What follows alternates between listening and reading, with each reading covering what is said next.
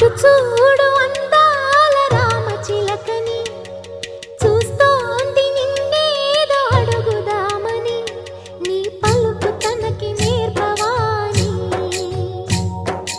ఇటు చూడు చిన్న